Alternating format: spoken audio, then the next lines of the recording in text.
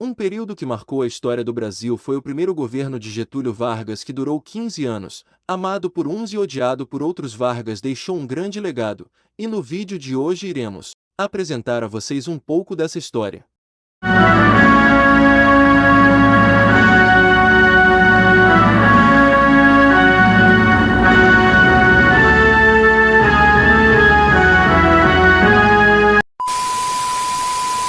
Em 1930, o presidente do Brasil era Washington Luiz, que tinha ganhado no pleito de 1926 pela oligarquia do café com leite.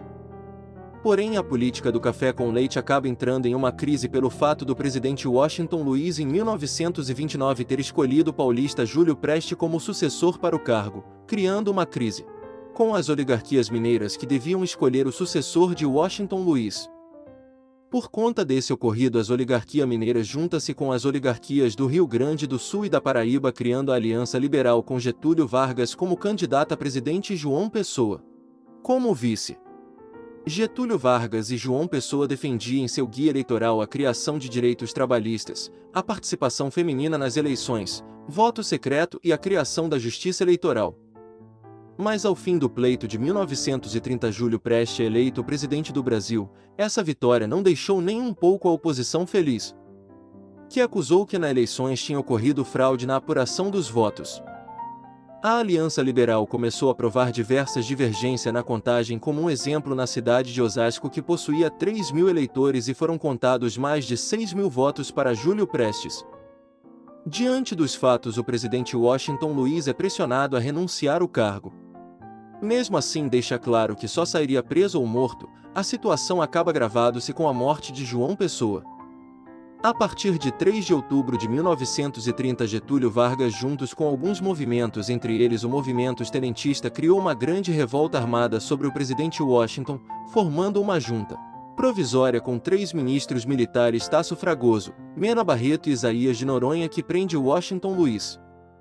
Em seguida, o governo provisório passara a Getúlio Vargas a cadeira principal para se tornar presidente do Brasil. Vargas governa durante 3 anos e 8 meses o governo provisório.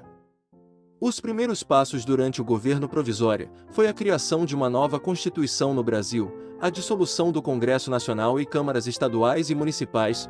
Os governadores de estados foram trocados por interventores indicados por Vargas. No campo eleitoral houve grandes mudanças a partir de 1932, como a criação da justiça eleitoral, adotação do voto secreto, imposição da obrigatoriedade do voto, concessão do direito de voto e do direito de se candidatar às mulheres maiores de 21 anos.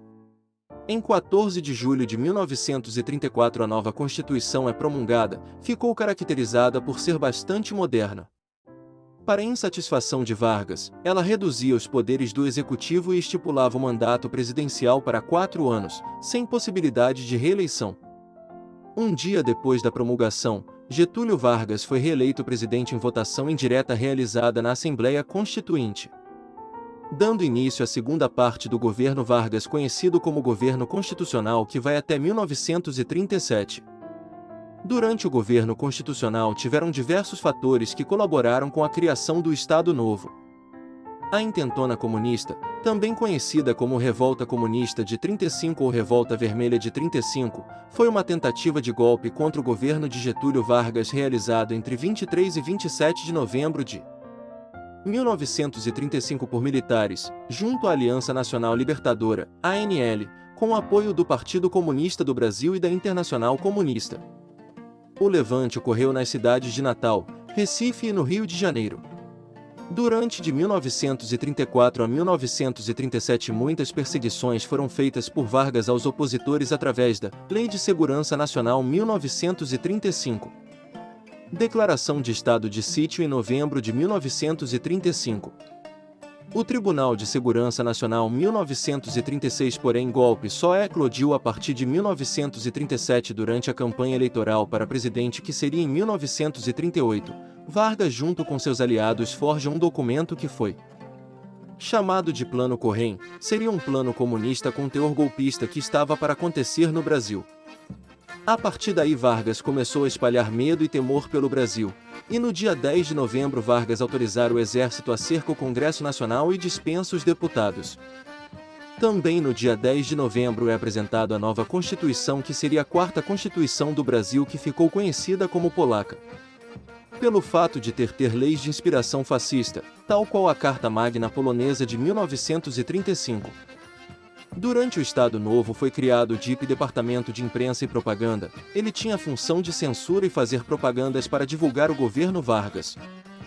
O governo Vargas e o Estado Novo foi marcado pela criação da Justiça do Trabalho e da CLT e os benefícios que os trabalhadores tiveram, como a criação do salário mínimo. Outro ponto importante é que a CLT foi baseada na Carta del Lavoro italiana. Um evento que marcou o Estado Novo foi a queima das bandeiras 1938, onde as bandeiras dos estados foram queimadas e apenas a bandeira do Brasil seria usada. O fim do Estado Novo começa quando Vargas envia tropas do Brasil para a Segunda Guerra Mundial, e acontece uma situação bastante contraditória ao seu governo, pois o Brasil vai para combater o fascismo europeu. Porém, aqui no Brasil o governo Vargas tinha ideais fascistas. Isso causou uma grande confusão e vários movimentos ganharam força, entre eles o Manifesto Mineiro em 1943.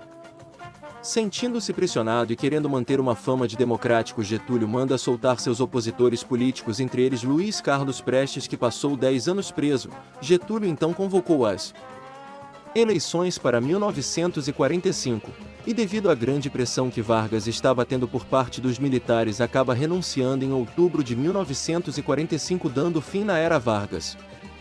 Vargas ainda tentou uma última cartada, organizando o movimento queremista, mas não deu certo e, em 1945, teve, de fato, eleições. Gostou do vídeo? Não esqueça de deixar o like e compartilhar. Até o nosso próximo vídeo.